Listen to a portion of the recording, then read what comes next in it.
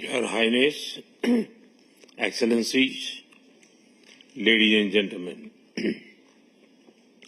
16वें BRICS summit के शानदार आयोजन के लिए मैं राष्ट्रपति पुतिन को हार्दिक बधाई देता हूं और ब्रिक्स से जुड़े नए साथियों का भी एक बार फिर से हार्दिक स्वागत करता हूं। नए स्वरूप में ब्रिक्स विश्व की 40% मानवता और लगभग 30% अर्थव्यवस्था का प्रतिनिधित्व करता है। पिछले लगभग 2 दशकों में ब्रिक्स ने अनेक उपलब्धियां हासिल की हैं।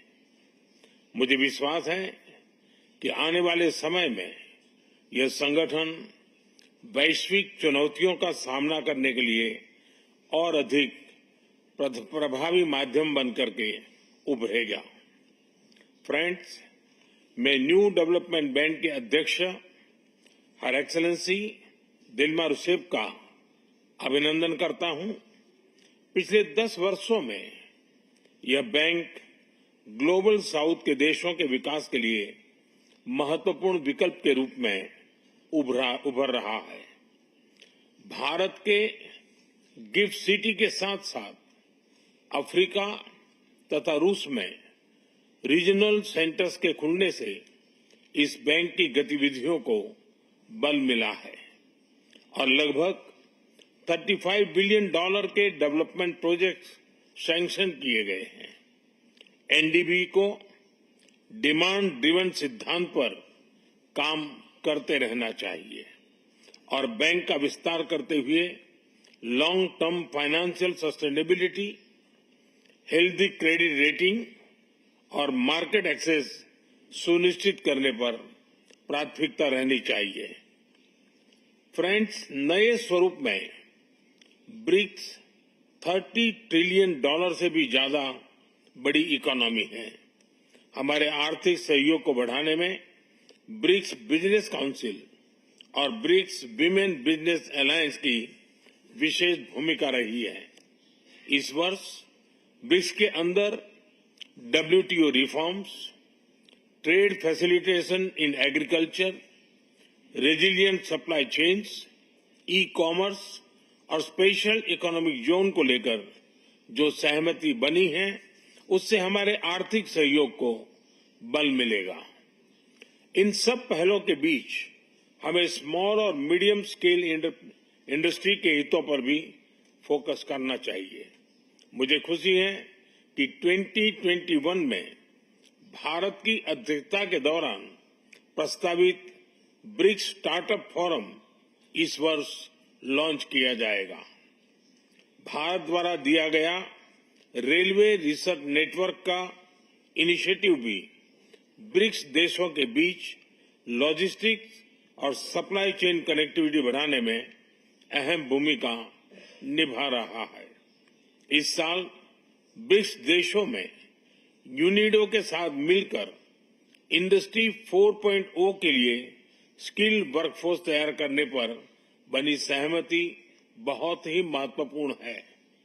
2022 में लॉन्च किया गया ब्रिक्स वैक्सीन R&D सेंटर सभी देशों की स्वास्थ्य सुरक्षा बढ़ाने में मदद कर रहा है।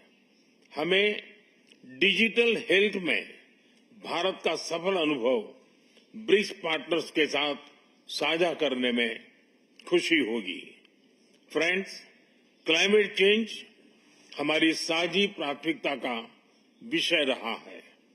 रूस की अध्यक्षता में BRICS open carbon market partnership के लिए बनी सहमति का स्वागत करता है।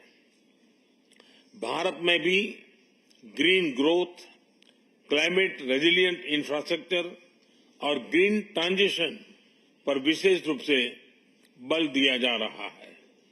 International solar alliance, coalition for disaster resilient infrastructure, mission life यानी लाइफस्टाइल फॉर एनवायरमेंट, एक पेड़ मां के नाम जैसे इनिशिएटिव लिए गए हैं।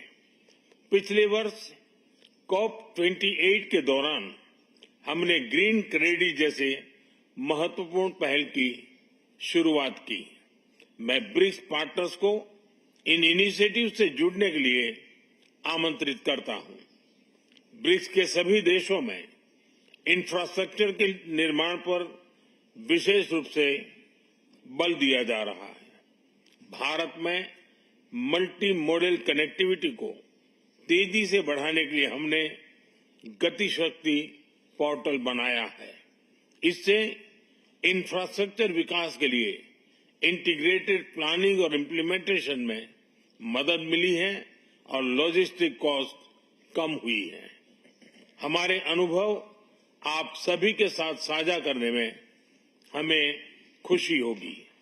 फ्रेंड्स, ब्रिक्स देशों के बीच फाइनेंशियल इंटीग्रेशन बढ़ाने के लिए प्रयासों का हम स्वागत करते हैं।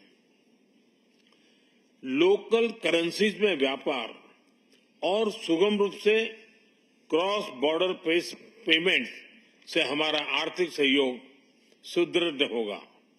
भारत द्वारा बनाया गया यूनिफाइड पेमेंट्स इंटरफेस यानी यूपीआई भारत की एक बहुत बड़ी सक्सेस स्टोरी है। इसे कई देशों में अपनाया गया है। पिछले वर्ष हिज हाइनेस शेख मोहम्मद के साथ मिलकर हमने इसे यूएई में भी लॉन्च किया। अन्य ब्रिक्स देशों के साथ भी इसमें सहयोग किया जा सकता है। फ्रेंड्स, भारत ब्रिक्स के अंतर्गत सहयोग बढ़ाने के लिए पूरी तरह से प्रतिबद्ध है। हमारी विविधता और मल्टीपोलरिटी में हमारा दृढ़ विश्वास हमारी ताकत है।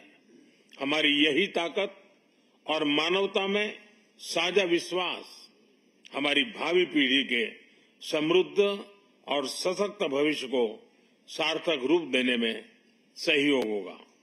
आज की बहुत ही महत्वपूर्ण एवं उपयोगी चर्चाओं के लिए मैं सभी का आभार व्यक्त करता हूं। ब्रिक्स के अगले अध्यक्ष के रूप में मैं राष्ट्रपति लूला को हार्दिक शुभकामनाएं देता हूं। भारत आपकी ब्रिक्स अध्यक्षता की सफलता के लिए अपना पूरा सहयोग देगा। एक बार फिर राष्ट्रपति पुतिन और सभी लीडर्स का बहुत बहुत धन्यवाद।